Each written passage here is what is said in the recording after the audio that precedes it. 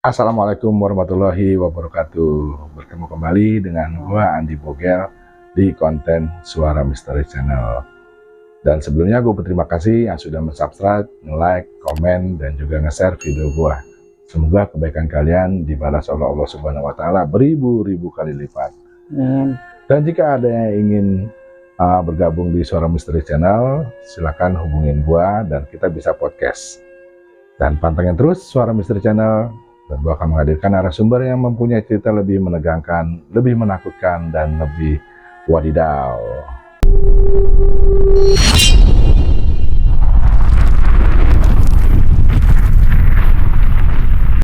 Dan di konten kali ini, gue menghadirkan salah satu narasumber yang mempunyai cerita pengalaman dia waktu melahirkan di salah satu puskesmas di Bilangan, Bekasi. Yuk sama-sama kita dengerin, kita kepoin kira-kira pengalaman apa yang ada di narasumber gue pada malam hari ini. Mbak Aya, manggilnya jadi Mbak Aya nih. Iya Om Bogel. CS kecil. CS kecil. Gimana keadaan, sehat Mbak Aya? Alhamdulillah. Sehat, keluarga sehat semua ya? Amin, amin ya robbal alamin. Yang penting sehat aja kita Mbak Aya. Iya betul. Oke Mbak, kira-kira punya pengalaman orang apa nih Mbak Aya nih? Pengalaman saya itu awal mulanya ya itu lahiran Om Bogel. Lahiran itu anak kedua di tahun 2016. Nah disitulah semua awal mulanya bisa ngelihat dunia ini beserta isinya. Waduh, ngeri itu yang dilihat apaan tuh, makhluk yang mungkin orang nggak bisa lihat, berkomunikasi sama mereka, itu saya kebuka semua. Jadi bisa begitu. Betul. Kebenaran juga apa? Ternyata kata orang tua juga pun keturunan gitu. Jadi pada waktu itu hamil udah 9 bulan. Ini mau lahiran nih di rumah sakit daerah. Sebutin aja. Oh, daerah puskesmas di daerah Pondok Gede. Emang orang bilang puskesmas itu angker. Dia bilang jangan lahiran di situ, kebanyakan pada lewat katanya gitu kan.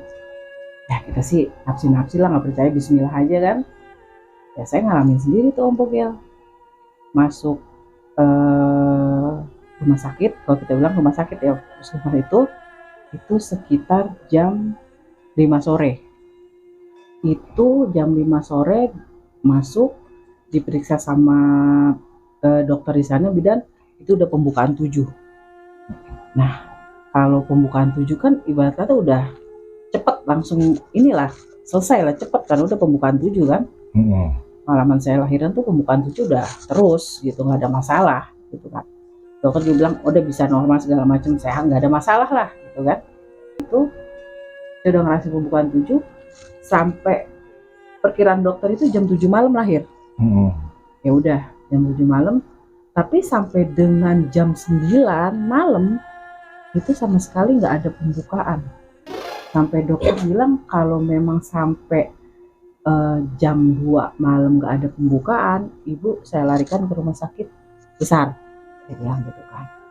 Oke, udahlah nggak ada masalah, yang penting ini dulu lah, kita ditangani di situ. Sekitar jam 10 malam itu masih sore ya, jam 9 jam 10 lah ya. Itu kebenaran saya satu kamar itu berdua nih Om Bogel nih, sama ibu-ibu mau lahiran juga, cuman umur bayinya itu 4 bulan tapi udah meninggal di dalam. Nah udah meninggal di dalam, saya juga nggak tahu ya, karena dia juga sendiri, nggak ada yang apa nemenin. Saya juga tanya mau lahiran Bu gitu kan, iya gitu kan, cuman ini dia bilang bayinya udah meninggal. Oh innalillahi kan gitulah ya. Nah sampai jam 9 nggak pembukaan, terus ada datang mertua saya kan nemenin saya di situ, terus ada suami juga menemenin, terus datang lagi ibu mertua saya di situ nemenin juga. Jadi satu ada orang tua tuh. Terus saya ngomong nih sama mertua saya, kok itu di jendela kayak ada perempuan gitu kan. Dia diam di situ, nggak bergerak sama sekali, cuman kayak apa ya namanya, kayak nungguin, kayak kita ditungguin dia gitu loh.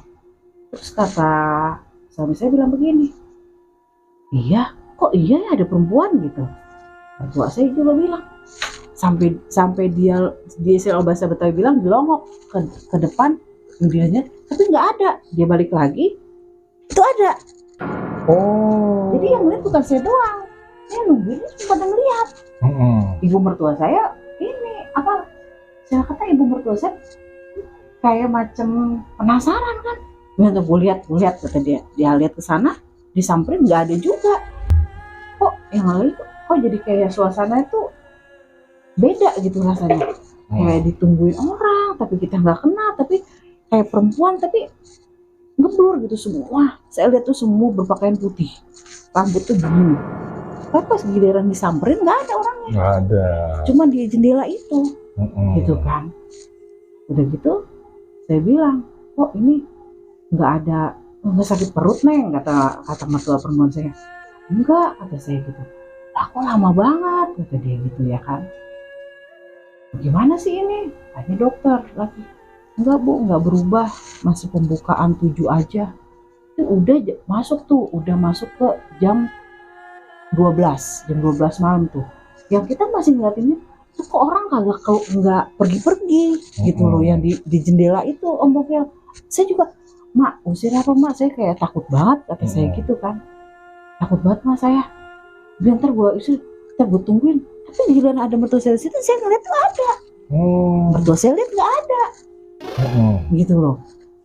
Ada Kong, itu apa? Saya kan jadi kan kayak orang mau lahiran sakit tapinya keganggu, gimana sih? Jadi kan akhirnya udah jam 12, jam 1. Nih kalau misalkan maaf aja ya, ada ibu-ibu yang saya sebutkan ini ngerasa pernah bantu saya gitu ya. Karena tiba-tiba itu datang ibu-ibu. Perempuan saya nggak kenal sama sekali, demi Allah saya nggak kenal. Mertua saya juga nyapa lah, bu ngapain ini, ngeliat anak saya katanya. Ada ibu-ibu setengah tua. Yang saya herannya dia tuh bawa, kalau orang Betawi bilang kayak ramuan, kalau kata orang Betawi popolan, sebangsa kayak kunyit bangle lah. Saya nggak tahu kalau itu bangle, terus saya kalau namanya kita lagi lahir tuh nggak konsen ke situ lah. Mertua saya bilang ini siapa gitu, lalu kenal. Nah mertua saya ngomong kenal, ini makin mendekat nih perempuan itu lah. Mertua saya juga yang laki, nah ini ngapain kesini perempuan itu selain ibu-ibu ini nih, makin deket. Saya kan teriak, jadi kayak saya kayak agak kayak ngeblank juga ngomongnya, gimana sih gitu, saya nggak ngerti. Dia itu kalau saya ingat itu pokoknya udah lewat tengah malam lah. Itu padahal bulan puasa loh mungkin. Bulan puasa, saya inget banget. Tuh ibu-ibu dia bawa ramuan, saya merinding jadinya. Ibu-ibu bawa ramuan itu bangle, ditaruh di dalam plastik gitu biasa. Udah emang udah dia kayak siapin. Dia borain kan, kalau kita orang lahiran yang paling pakai sarungan doang ya begitu, kalau orang dulu ya pakai sarungan doang gitu kan. Itu semua badan saya semuanya itu sama dia diborahin semuanya sampai di perut gitu. Tapi ini perempuan yang di jendela itu makin kesini kan, saya jadi kayak agak, orang kata mertua saya tuh muka saya udah bukan saya, udah pucet banget tuh, udah kaki juga udah pucet. Dia nggak tahu sih, dia borahin saya semua dari ujung kaki semua sampai kepala semua yang diborahin. Dia sampai bilang ke bayi saya tuh, perut saya diurus gini, dia bilang gini, Neng nggak usah pakai nunggu ajan subuh, nggak ajan imsak katanya, lu nggak usah pakai nyisir di dalam, lu mah cakep lu mah udah keluar. Dia tahu loh kalau itu anak saya perempuan. Nah saya aja nggak tahu istilah kata. Kalau dulu kan nggak, zaman itu nggak ada USG 4 dimensi itu nggak ada kan. Dia bilang gitu, udah Neng katanya, nggak usah lu pakai lama-lama sampai ajan imsak, udah lu keluar, jangan pakai nyisir di dalam. Pas dia kata begitu, dia begitu ngomong, tuh perempuan ngejauh tuh yang di jendela itu. Mertua saya, lah lu ngapain pergi, sampai diajak ngomong begitu sama mertua saya ini berdua nih. Mertua saya perempuan nyamperin, yang laki ngata, lah lu ngapain pergi katanya, lu ngapain sampai begitu. Berarti kan dia ngomong, mertua saya nyamperin ke sono. Saya sih udah keadaan saya udah antara inget sama enggak inget tuh. Pas azan Allahu Akbar itu pembukaan langsung brok cepet, langsung azan, pas azan keluar bayi itu. Tuh di situ Om Bogel, bayi saya alhamdulillah selamat, perempuan, sehat, cakep lah alhamdulillah. Amin. Semua sekarang udah kuliah, pinter juga anaknya. Nah cuman ada kejanggalan yang sampai sekarang ini saya simpen. Apaan tuh Mbak ya? Satu, perempuan itu siapa? Ibu-ibu yang datang itu. Sampai dia bawa bangle segala macam dia siapin buat saya, itu yang pertama. Kalau bagi warga ya sekalian disampaikan ya Om Bogel, warga Pondok Gede yang pernah nolong saya di 2016 tengah malam datang ke rumah sakit, kita silaturahmi dah. Amin. Gitu ya kan, itu emang bener-bener ngebantu saya banget. Terus yang kedua adalah setelah saya pulang dari rumah sakit, kalau habis lahiran kebenaran saya cuma 1 malam di situ, dibawa pulang lah, saya pulang ke rumah. Itu selang 2 hari saya habis lahiran, saya kesurupan Om Bogel. Astagfirullahaladzim. Itu 5 hari lamanya. Itu sampai istilah kata keluarga nih, tetangga semua, saya kesurupan teriak-teriak apa kayak orang ya setengah nggak sadar, udah nggak sadar. Itu ada kali 5-6 orang kalau saya mau pergi langsung ditangkap, dijagain, kayak orang-orang setengah sadar, kayak agak orang waras, ditangkap. Itu saya berontak. Itu pada laki semua yang pegang, sudah semua abang-abang tuh gede-gede mental. Sampai ditidurin di kamar, dulu kan tempat tidur kayu ya, patah. Perempuan habis lahiran semana sih ininya, apa ya namanya, kekuatan tenaganya sampai mana. Itu berturut-turut saya setiap hari 5 hari, sampai saya juga nggak tahu, saya jadi bisa kayak orang separoh, kayak orang jadi bilang gila ya, jadi kayak ngobrol sama orang yang nggak kelihatan wujudnya. Ngobrol siapa, gimana, lewat aja sih bisa panggil, ngobrol siapa, bagaimana, itu bisa sampai sekarang. Dampak dari dampak itu, kesurupan itu, lahiran itu, terus kesurupan 5 hari, akhirnya saya bisa ngobrol kayak gimana, ya bantu juga orang, itu dampaknya. Tapi ada dampak yang negatifnya di anak saya nih, yang perempuan. Dampak anak saya yang perempuan itu, dia yang namanya tasbih, jangankan ditaruh di sini, ditaruh gitu, suruh nggak mau ngambil, nggak mau megang aja takut. Tapi dia bisa ngaji sholat, dia tahu, tapi dia nggak mau megang namanya tasbih. Sama satu lagi sapu lidi. Nangis. Kalau megang barang itu. Megang itu. Jadi kayak kalau ngelihat tasbih itu kayak ngelihat apa gitu, langsung mah gitu. Bisa kalau saya paksain, ya pernah saya lempar, nangis kejar kayak orang diapain. Kayak gitu sampai sekarang. Terakhir itu baru kemarin di Surabaya, saya bawa ke Surabaya, saya beli sapu lidi.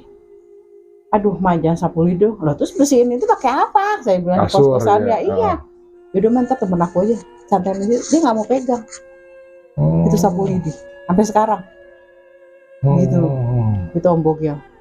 Saya juga nggak tahu tuh dampaknya meluas sampai dengan umur saya segini. Dari 2016. Gitu. Tapi ada kita enaknya sih, bukan enaknya ya kalau dibilang, suka kita manfaatin juga Om Bogel, misalkan. Manfaatnya apa tuh Mbak? Jadi misalkan kayak gini, ini ada kerjaan nih, misalnya ada kerjaan, nanya, kira-kira hasil nggak? Gitu lah. Ada kalau temen dia nanya, kira-kira hasil nggak nih? Jangan nggak bisa bilang. Tapi terus dia kerjain, berantakan. Oh. Dia bilang jangan, tapi diterusin berantakan.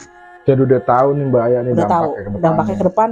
Nah itu, tapi kan kita kan nggak boleh mendahului yang kayak gitu-gitu, ya kan. Kita nggak, tapi tahu bakalan nih dampaknya begini. Suami ceritanya ada kerja di satu supermarket, terus dia kerja malam, beresin gudang, target nih.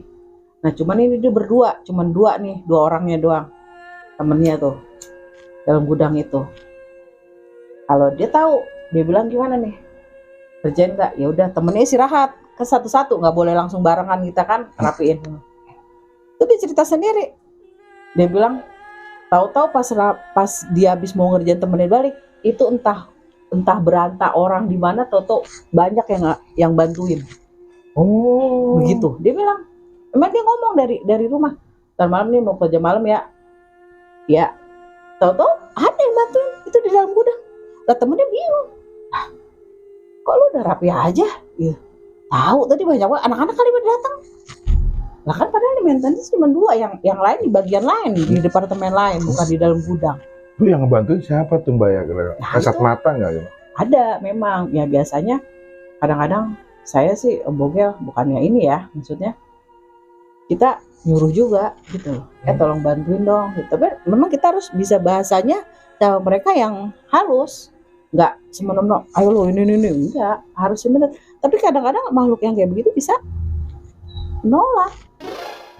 Menolak nggak mau gitu. Iya bisa menolak, nggak mau. Kalau kita paksain pasti ada kejadian yang ya, misal kalau kayak kita kerja di gudang, entah barang ambrukin, entah barang ini gitu. Mbak Mbaknya bisa nyuruh juga tuh orang. Iya, nyuruh.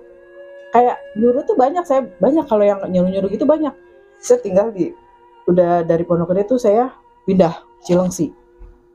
Saya nyuruh nih, rumah perumahan kan belum ada pagar pembatas, baru pindah ya kan.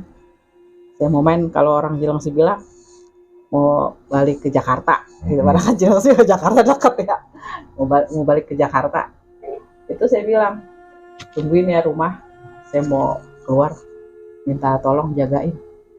Itu sapam perumahan teriak, kok lah nggak keluar, kata dia gitu kan. Dia cerita di sapamnya Cilengsi. Mungkin kalau orang ada sapam perumahan Cilengsi pasti tahu dia. Yang kok nggak keluar katanya. Pas udah 2 hari saya balik, ketemu tuh sapam. Dia bilang, lah saya bukannya ada di rumah. Nah, saya baru balik 2 hari. Lah yang di dalam duduk dulu ada kursi merah di dalam rumah saya. Lah yang ada di dalam kursi merah yang lagi duduk siapa? Saya gro-groin kagak keluar. Kata saya mabok katanya. Astagfirullahaladzim. Itu dia ngomong. Nah, itu lah orang ada pala empuk, sampai saya bilang sombong amat kok agak mau keluar. Jadi yang dilihat nama dia di dalam itu siapa Mbak? Nah itu dia bilang, lah itu siapa yang di dalam katanya. Nah saya kagak tahu. Kata saya, lah gimana sih Bang katanya. Lah orang saya jelas-jelas kok lihat empuk lagi duduk di kursi, kata dia gitu. Masa saya sampai groin kencang banget suruh keluar kalau kagak, sampai katanya saya sombong katanya, kalau kagak bukan empuk masa saya nggak itu empuk kok. Saya, lah kalau kosong ngapain saya groin, kata dia begitu. Iya. Kalau rumah kosong kalau saya groin nggak mungkin. Lah lampu aja kalau siang mati katanya. Kan kalau kita pergi lampu nyalain 2 hari ya, tinggal nyalain aja. Takut malam gak ada yang nyalain kan? Udah nyalain aja. Lah kalau siangnya lampu mati sih, berarti aku ada di dalam katanya. Saya cuma bengong doang kata saya. Gimana sih kata saya? Ini orang kata saya bilang. Enggak, saya yakin itu empuk. Masa empuk baru ini, saya nginep Bang udah 2 hari baru balik ini kata saya. Jadi saya lihat di rumah saya itu berdebu semua, saya gitu aja. Nah iya dia sampai bengong aja. Udah gak usah dipikirin kata saya, biarin aja kata saya gitu.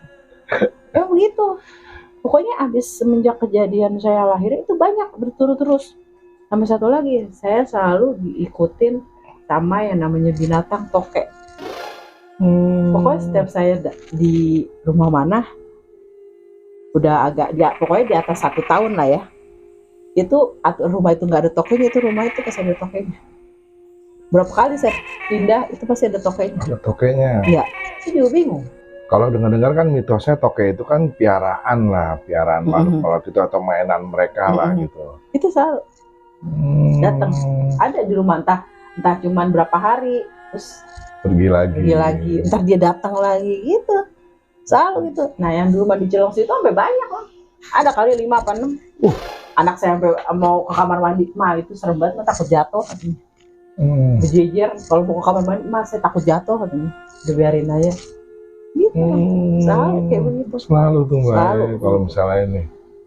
Jadi semenjak abis begitu, jadi tahu nih.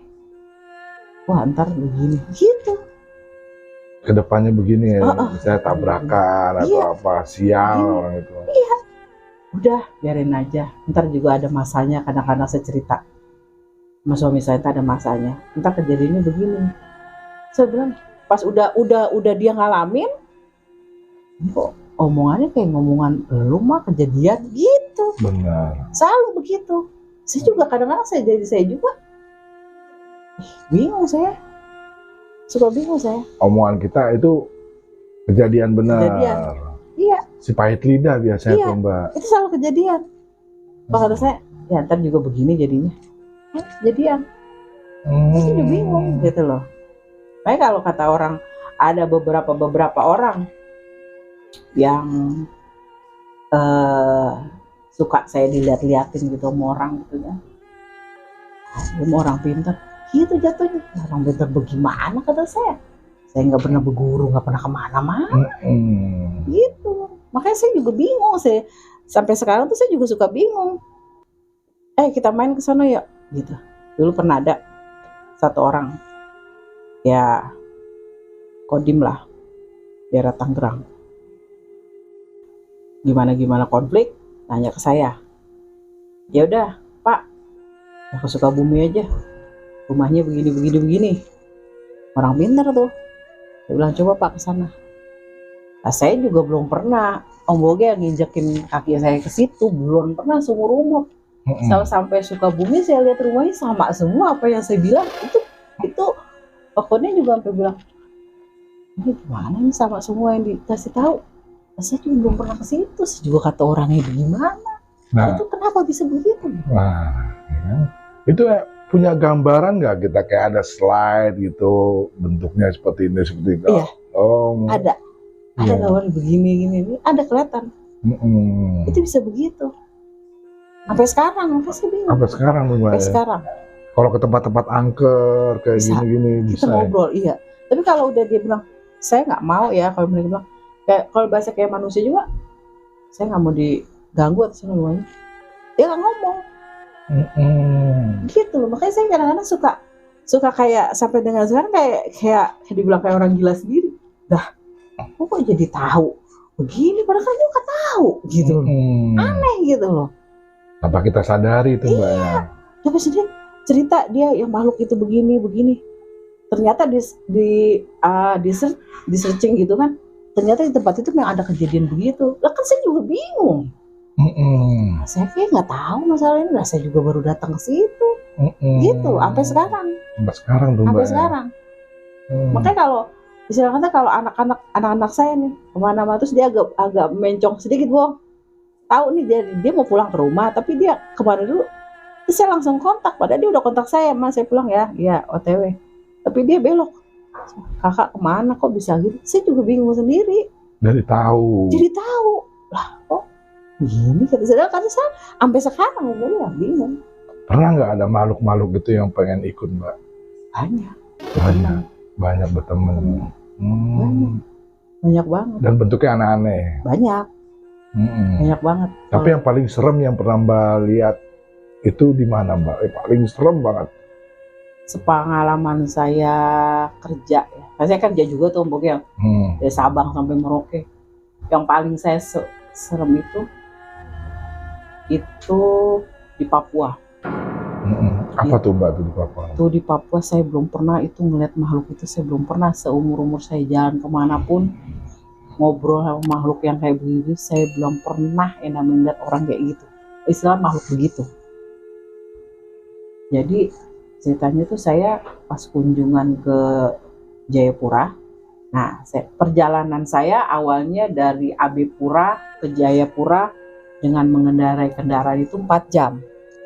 Terus dia bilang, rekan kerja saya bilang, "Ibu, nanti kita pulangnya potong jalan saja sudah. Tapi kau tahu jalannya?" "Saya sering," kata dia bilang. "Saya sering, Ibu." "Oke, jadi berapa jam?" 2 jam, Ibu. Wah, saya bilang lumayan dong 2 jam, ya kan. Nah, akhirnya jalanlah saya. Terus jalan, itu posisinya saya udah melewati, kalau dibilang Kaimanah, daerah Kaimanah di Papua. Udah melewati itu, udah melewati berapa kota lah, udah. Di atas saya posisinya udah di atas bukit. Di atas bukit, bawahnya jurang. Papua itu laut bawahnya. Itu amisnya juga udah berasa baunya. Saya bilang sampingnya udah apa sih, kayak gunung gitu, batu gitu, tebing gitu, persimpangan begini. Saya arah pertigaan jadi jatuhnya ya. Dia berhenti. "Nah, lo berhenti," saya bilang. "Kenapa?" Ya orang Betawi bilang, "Apa, Neng?" "Aduh, Ibu, saya lupa." Dia bilang. "Lupa kenapa?" "Lupa jalannya." Waduh. Saya bilang, aduh, sinyal nggak ada, Om Bogel. Sinyal nggak ada. Gimana? Saya marah dong. Kamu gimana lupa? Saya tadi udah bilang, kamu tahu jalan. Saya kata, kamu sering lewat sini. Saya sering, Ibu, tapi kenapa hari ini saya lupa lewat mana? Aduh, saya bilang. Cuman maaf Om Bogel, kalau daerah sana kan ajan jarang dengar ajan. Saya kalau ngomongin itu saya agak merinding ya. Akhirnya saya bicara, kalau orang Papua bilang bicara dengan alam. Saya didatengin makhluk segitu besarnya. Saya kalau bilang enggak, saya pernah lihat gondoruo ya, besarnya gondoruo saya tahu. Itu lebih dari gondoruo, lebih seremnya dari situ. Kalau pandangan saya entah berapa kali lipat ya gondoruo itu besarnya. Wah, gede banget dong. Saya bilang saya sampai lemes saya bicara sama dia, saya orang nggak pernah melihat makhluk begitu. Kalau yang mungkin kalau udah anak, pocong, banaspati, apalah segala macam saya sudah bicara, udah pernah lihat untuk itu. Itu gandarung atau berapa kali nih besarnya gandarung itu. Entah berapa saya lihat, sampai nggak bisa nafas pada waktu itu. Saya sampai bilang, saya bilang cuman ngomong gini aja ke mereka, saya ngomong begini. Saya orang Betawi asli. Saya berasal dari Jakarta. Saya tidak buat apa-apa di sini. Saya habis bekerja. Saya minta tolong dibukakan jalan. Tolong saya. Sekarang saya mau tanya di situ, kalau kita nggak bicara begitu, saya mau tanya sama siapa? Sinyal handphone nggak ada. Orang nggak ada yang lewat. Ajan maghrib di handphone saya doang. Pas ajan Allahu Akbar itu di handphone saya doang. Udah nggak ada ajan lagi, nggak ada. Saya sadar juga pun pas ajan. Hilangnya pas ajan. Anak Papua itu inget pas selesai ajan. Dalam keadaan ajan tuh saya masih ngomong. Tuh saya ngomong, tolong. Itu saya nggak bisa berkata-kata. Saya ke kiri saya lihat jurang laut, lihat ke atas gunung. Saya bilang, ini bagaimana? Dia pas ajan selesai, anak Papua itu bilang, "Saya ingat Ibu jalannya." Astagfirullahaladzim. "Lo kalau mati di sini bagaimana? Gua kagak ada saudara di sini," kata saya gitu. "Udah Ibu, saya sudah tahu," kata dia gitu. Ada videonya, ada video di Facebook saya video itu dalam keadaan gelap, padahal baru habis maghrib banget itu. Gelap gulita, nggak ada cahaya sama sekali. Itu saya pakai handphone aja, pakai cahaya itu nggak kelihatan. Itu padahal jalanan. Itu saking bener-bener senyap, nggak ada ini.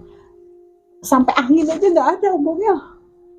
Padahal kan bawahnya laut. Nggak ada angin ya? Nggak ada angin, nggak ada rasa angin sedikit lewat, nggak ada. Itu di situ. Itu yang paling saya serem itu. Emang yang dilihat tuh bentuknya gede, tinggi, berbulu apa gimana sih Mbak? Itu kalau dibilang berbulu kayak orang hutan yang apa ya, orang berbulu hitam tuh.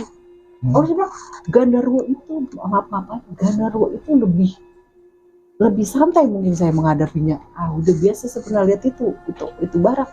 Tapi ini saya lihat itu lebih besarnya berapa kali lipat itu. Mungkin kalau dilihat kasat mata satu tebing itu besar ya mungkin. Gede amat. Saya sampai kadang suka, untung saya astagfirullahaladzim. Itu mungkin saya juga nggak sadar kalau nggak ajan di handphone saya mungkin. Saya nggak sadar itu. Saya bingung jalan sampai mana. Itu saya bener-bener baru ketemu itu. Raksasa itu. Itu raksasa gedenya kayak apa itu saya bilang. Ngotot Mbak. Macem tangannya tuh dibilang rapi enggak gitu loh. Gimana sih? Saya nggak pernah bisa lihat itu makhluk, baru pertama kali itu saya lihat seumur hidup saya. Kalau yang lain-lain saya bisa bicara apa segala macam, saya bilang tadi ngobrol sama saya bisa lah. Itu saya sama sekali nggak bisa. Saya sampai bengong kalau itu nggak aja, memang saya nggak sadar kali itu kan. Sebab rekan kerja saya kan berbeda agama kan. Dia juga udah berdoa itu dia. Udah caranya dia berdoa tuh udah saya masih dengar gitu loh. Masih dengar, jadi kayak linglung ya. Maka rekan kerja saya omelin, gimana sih? Ibu saya sering lewat sini ibu, tapi hari ini kenapa saya lupa? Dia bilang begitu. Kan saya jadi separuh saya kesel, separuh perjalanan masih jauh waktu ke Papua itu. Bagaimana saya bilang? Itu benar. Kalau saya lihat, belum pernah saya lihat makhluk sebesar itu. Itu kalau kita baru takut dia tuh situ. Baru takut itu saya. Baru itu saya namanya takut sama makhluk itu. Tadinya yang lain-lain saya nggak apa ya, saya kata kita bicara itu masih bisa kompromi. Tapi ini bener-bener gitu loh. Saya sampai mengenalkan diri, sampai ada suara azan. Saya juga pikir baru bisa ada kayak tanda-tanda kehidupan angin lewat begitu. Dan dia tidak bicara. Nggak bisa saya ajak bicara, nggak bisa. Dia hanya menampakkan dia punya badan itu dan besar kayak tebing begitu. Gila. Itu berinding benar. Itu saya ngerasain sendiri itu. Kalau di laut-laut pernah ketemu nggak Mbak? Kalau di laut saya paling bicara, itu masih cantik kalau di laut, itu masih cantik, masih bicara. Kenapa saya begini, kenapa ada selalu inilah ya salah satu di laut saya bagaimana korban, masih bisa bicara, masih enak. Itu saya nggak bisa bicara. Mungkin bahasanya beda kali Mbak ya, jadi nggak ngerti kali bahasa Mbak ya. Bahasa Betawi. Jadi, itu daerah-daerah Papua lagi. Mungkin dia ngeliat nih orang ngomong apa nih kecil-kecil nih. itu yang saya lihat itu tuh, saya sampai waktu bentukan muka itu nggak kelihatan ada hidung atau itu nggak kelihatan. Kayak apa sih ya, kalau kayak tebing ditaruhin hitam-hitam dulu semua gitu. Jadi saya nggak kelihatan itu mata yang mana, mulut yang mana, itu yang mana. Saya tidak lihat. Dia bisa lihat, saking besarnya, saking tertutup hitam semua. Gitu, itu saya pertama kali. Paling serem. Ngeri ya. Tuh, pengalaman bahaya tuh. Ketemu sama makhluk-makhluk yang benar-benar dianggap luar biasa nih. Nggak bisa diajak ngobrol bahasa Indonesia mungkin ya. Tapi ada pernah cerita lain lagi Mbak, selain itu? Apa yang di mana gitu Mbak, ya apa di perjalanan atau lagi di camping atau yang buat ayah berkesan lah? Itu belum selesai Om Bogel. Oh masih ada lagi? Belum. Kita dalam perjalanan pulang itu, setelah itu saya video call ya. Saya video call, udah dapet sinyal, udah bagus lah ya. Saya udah di daerah perbatasan kotanya. Video call sama salah satu temen suami saya. Video call. Sampai dia bingung, dia orang Papua juga, dia bilang, "Hei, kenapa ibu lewat situ?" Dia bilang, "Saya orang Papua asli, saya tidak berani lewat situ." Dia bilang begitu. "Ibu ini bukan main," dia bilang. Sampai dibilang, "Ibu ini bukan main," dia bilang. Tempatnya angker atau bagaimana bahaya sih? Terkenal angker apa di situ? Terkenal, kalau saya nggak tahu itu angker atau tidak ya Om Bogel, karena saya bukan orang situ juga, dan orang yang Papua asli ini bilang, saya setiap jalan situ saya sering, karena kan dia kerjanya di Jayapura, jadi dia selalu kalau dia mau potongnya berarti aktivitasnya sering dong Om Bogel lewat situ. Itu kenapa dia bisa lupa? Itu dia aneh. Itu yang saya bingung. Gitu loh. Itu selalu bingung. Hutan apa gimana sih jalan, Mbak? Jalan bagus Om Bogel, itu apa, aspal bagus. Oh, aspal. Aspal bagus. Emang bawahnya lautan, pas orang lautan itu indah banget. Kalau saya lihat dari begini aja, Masya Allah indahnya. Itu saya sampai kadang saya udah keliling-keliling ya Indonesia. Masya Allah indahnya. Makanya kadang-kadang suka sampai pengen tinggal di sana. Indah banget. Tapi misterinya ampun, itu tebing juga bagus. Itu jadi bawahnya. Kalau dia sering, karena dia kerja di Jayapura kan sering, berarti Mundarman itu dia juga ngomong sering. Kenapa hari ini saya lupa Ibu? Gimana ceritanya? Bisa lupa begitu. Sampai temen suami saya bilang, saya asli situ, saya tidak berani lewat situ. Jangankan saya berdua, saya masih nggak berani. Saya mau kendaraan mobil, saya tidak berani lewat situ. Saya pada waktu itu bawa motor, Om Bogel. Astagfirullahaladzim. Gimana ceritanya? Itu dia orang asli Papua, dia bawa mobil, berdua teman, berdua sih dia nggak berani lewat situ. Ibu ini sungguh luar biasa, dia bilang. Saya nggak cerita, kalau saya ketemu Bapak saya nggak cerita. Berdasarkan dia bilang gitu ngomongnya. Saya bilang, sudahlah biar. Makanya waktu saya mau ke Jayapura juga pun, pas sampai di bandara pertama kali, sebelum itu kita press balik ya sebelum bandara, itu kan pasti keluar dari Bandara Sentani itu pemandangannya bukan main, kayak lukisan. Udahlah, mereka bicara, memang ada, saya bicara sama makhluk di situ, itu yang keliling Danau Sentani itu kayak naga, itu bicara. Tapi itu nggak seserem yang saya lihat di tempat itu. Jadi naga itu memutari Danau Sentani itu. Ada mahkotanya, tapi tidak sebesar yang makhluk itu. Itu besar loh, saya bilang Sentani itu besar. Sentani ya orang Papua tahu loh, Sentani itu besar banget. Tapi tidak sebesar yang saya lihat. Saya nggak tahu itu ujungnya makhluk itu di mana. Semuanya gelap. Padahal kan kalau maghrib masih ada cahaya kan, itu gelap. Kayak saya ada di dalam gua. Saya nggak tahu itu besarnya seperti apa, ujungnya di mana, saya nggak tahu. Astagfirullahaladzim. Padahal pertama kali saya datang di tempat. Gila.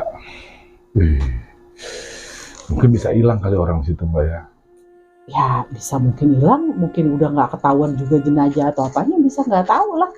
Saya nggak tahu itu, kayak dalam gua aja dah begitu, hitamnya nggak kelihatan di mananya, nggak bisa kelihatan. Nggak kelihatan. Saya nggak tahu itu makhluk besar seperti apa. Itu pengalaman saya yang paling baru ngelihat namanya. Ya kalau makhluk yang anak merah lah, segala macam lah, bla bla bla, saya bisa ngobrol. Masih inilah gitu loh. Makanya sampai sekarang itu, mohon maaf ya, orang tua saya juga pun masih, istilah kata, masih cari gimana nih anak saya bisa semua ditutup gitu kan, mata batin supaya ditutup biar nggak bisa lihat segala macam yang kayak gitu. Sampai saya ngomong, sampai sekarang saya umur segini saya suka ngomong, Pak, dulu kan bapak saya suka cari gimana gitu kan, biar anaknya tuh enggak blank gitu loh, enggak ngeblank gitu kan. Cuman orang-orang bilang nggak bisa. Bapak saya namanya kalau dipanggil Bang Rambo, nggak bisa Bang Rambo, ini turunan, harus terima. Titisan harus terima, katanya gitu kan. Bapak saya sampai tirakat kemana-mana cari orang, gitu. Ya udah kalau mau ditutup puasa sekian itu nggak pernah nyampe, nggak bisa sampai dengan sekarang. Sampai setua ini saya, gitu loh. Makanya kalau bilang terakhir Pak, udahlah berserah diri sama Allah, kata dia. Itu dijadiin bahan apa buat lo ini bantu orang, dia bilang gitu. Cuman kan kita kadang-kadang suka berlawan nombok ya, bantu orang. Iya gitu. Kalau kita tahu orang begini-begini kan nggak enak jatuhnya. Iya, jadi ngebacain ya. Tapi kenyataannya kita nggak bisa bohong. Gimana dah kalau begitu? Repot sendiri tuh Mbak tuh kalau Nah itu sampai sekarang makanya mendingan saya diem aja udah, saya tahu nih. Ya, gitu ya. Ya mungkin Mbak ini deh titisan orang sini kali, orang-orang Betawi condet gitu. Emang kan engkong Haji Ali. Engkong Haji Ali. Jadi saya sih tahunya berdasarkan cerita nenek saya. Bapak saya juga ceritanya dari nenek saya, ceritanya cuma udah almarhum kan. Nenek saya Haji Ain, bapaknya kan Haji Ali, Kampung Tengah sini. Jalan Haji Ali itu sama engkong saya. Saya nggak tahu apa buyut. Kumpi ya, buyut. Kumpi lah ya, Kumpi. jauh ya Kumpi. Ya Kumpi lah ya kayak gitu. Emang dibilang tadiannya tuh saya berdasarkan cerita nenek saya, Haji Ali dari ujung depan Gang Haji Ali sampai itu tempat buah, ada paya, ada yang namanya salak condet ya kan. Itu kalau dibilang sama nenek saya, Haji Ali ya mau ngambil salak, salak kan begini ngerucut ya, ngambil salak nih di situ dia tahu ada ulernya, tapi salak itu harus dipanen sama dia, ulernya tuh pergi sendiri.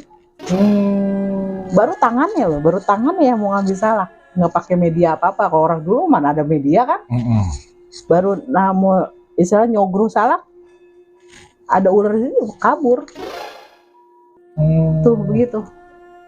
Dulu Pak Haji Ali ini tuan tanah sini yang Mbak ya? Tanah sini makanya dinamain gang. Jalan Haji Ali itu tanahnya sedeblak-deblak deh ya. Dari ujung depannya sampai mau deket pasar induk. Waduh, Iya. Wah, jauh. Udah Jauh. Berapa hektar itu? Gua udah nggak tahu deh. Hitung sendiri deh. Iya. Nah, cuman emang bapak saya ngomong begini, lu kagak pengen emang katanya. Apaan sih Pak? Nama bapak sama anak ya apaan? Kan ada barang itu aja itu. Saya tahu. Pada saya kan kagak ngalamin zamannya. Bapak saya bilang, tahu apaan? Cincinnya kan kata saya. Bapak saya bengong. Tahu? Ya saya pernah tahu tempatnya gue saya tahu adanya sekarang. Saya kata gitu. Bapak saya, kalau mana kata bapak saya. Warnanya merah, cuman dibilang merah kagak merah api tapi di hijau ya saya bingung dah. Saya gede. Ya kaget. Kok lu tahu? Lah kelihatan. Saya, makanya man, lu kagak pengen biarin aja dah, udah ada masanya. Siapa yang didapetin? Saya gitu. Nongol sendiri. Nggak pakai beginian tuh kalau emang dia udah pada saatnya tuh ambil siapa tujuannya tahu sendiri.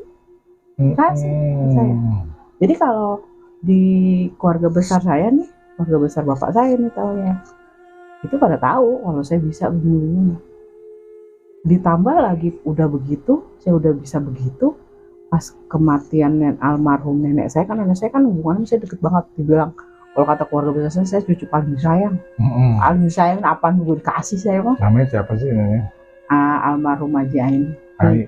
Haji Aini. Iya. Kalau almarhum Pak Haji Ali namanya Ali doang. Haji Ali bin siapanya saya nggak hafal. Bin siapanya. Tapi namanya cuma Ali doang. Gitu. Ali. Haji Ali gitu kan dulu haknya nggak ada Ali ini. Begitu. Nah, balik lagi nenek saya.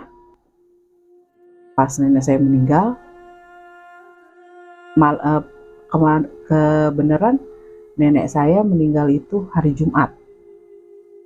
Nah, engkong saya, babak saya Haji Amsal meninggal itu hari Jumat. Babak saya meninggal di Mekah, nggak balik lagi ke Jakarta, nggak. Pergi haji yang kedua kali. Nah, kalau haji saya mau meninggal di sini di Indonesia, udah pergi haji juga. Habis dia dikuburin Jumatnya, malam pada turun tanah dah tuh ya, tahlilan. Malamnya sekitar jam 1 malam, kamar saya kan depan-depanan. Dia kasih saya dalam mimpi, kasih saya liontin. Bentuknya emas, liontin emas. Cuman emasnya emas tua banget, kayak udah tua banget. Sama batu warnanya coklat. Persis di gegeman saya begini. Katanya lu jangan kemana-manain ya, almarhum. Kaget saya, bangun gak ya? Kayaknya dia udah meninggal, saya. Gitu. Lu jangan kemana-manain. Tapi dipegang itunya ada. Saya pegang, tapi agak namanya mimpi. Saya pegang, udah saya pegang. Mimpi. Gitu. Jadi akumulasi Om Bogel. Jadi akumulasi saya sering tuh di mimpi-mimpiin dari saya mimpi-mimpi itu, kalau petunjuk mimpi itu dari SMP. Dari SMP saya, dari saya kelas 2 SMP. Itu ada teman saya namanya Bambang Budiono. Dia anak pramuka juga. Itu deket-deket sini Om Bogel tempatnya, saya dimimpiin. Awal SMP tuh, namanya SMP, kelas 2 SMP. Tahu apa sih? Gitu. Dimimpiin awalnya pertama kali waktu SMP tuh ya, ini akumulasi jadi sampai seperti ini. SMP itu saya dimimpiin, saya jalan pramuka ya, ada pramuka dulu kan, anak pramuka kan kayaknya senang banget gitu jalan. Katanya itu lah ada kuburan, lu gali katanya. Kuburan itu persis sama yang saya mimpiin. Kuburan, di atasnya ada yang jemur kayak kukusan, sampingnya rumah tua masih bilik. Tapi orang tua di situ suruh gali, harta karun ini lu bagi-bagiin ke orang-orang yang nggak mampu, fakir miskin, janda-janda. Dia bilang begitu di mimpi saya. Sekian bulan saya nggak tahu, lewatlah saya sampai bengong. Itu kejadiannya ada Bambang, masih ada mungkin. Lu gimana sih, bukannya malam berhenti katanya, berhenti. Sampai bengong, ngeliatin aja. Ini kok kuburan deket SMA 98 apa? 98 Jalan Kalisari. Saya inget banget karena saya lagi mau acara lomba. Pulangnya saya menang emang. Saya bilang gini, kok apa sih bengong? Ini kok kuburan sama yang saya mimpiin gitu. Sama persis. Cuman ada orang tua mau jubah putih, saya suruh gali. Ya nggak mungkin lah saya gali, saya juga nggak tahu itu punya siapa. Kuburan persis satu kuburan, ada kayak kukusan dijemur di situ, rumahnya sampingnya bilik. Itu kayak kuburan tua. Tapi nggak digali. Ya, saya cuma diam doang, saya bengong doang. Ya saya kagak sanggup lah gali, masih kelas 2 SMP. Terus cuma kok sama, nggak bisa diomelin karena saya sampai berhenti lama. Kok ini sama yang saya mimpi. Itu jadi terus akumulasi sampai dengan sekarang. Gitu loh. Jadi kalau ada firasat apa, entah dalam mimpi saya dikabarin, entah tahu-tahu ini gitu. Sekarang ngeri juga deh. Ceritanya bagus ya Mbak Aya ya, benar. Ceritanya dari awal itu ternyata Mbak Aya ini salah satu cicit dari Jalan Haji Ali yang terkenal di Kampung Tengah. Oke, terima kasih Mbak Aya. Udah hadir di Suara Misteri Channel. Pantengin terus Suara Misteri, pantengin terus Suara Misteri Channel, dan gua akan menghadirkan narasumber yang mempunyai cerita lebih menegangkan, lebih menakutkan, dan lebih wadidaw. Assalamualaikum warahmatullahi wabarakatuh.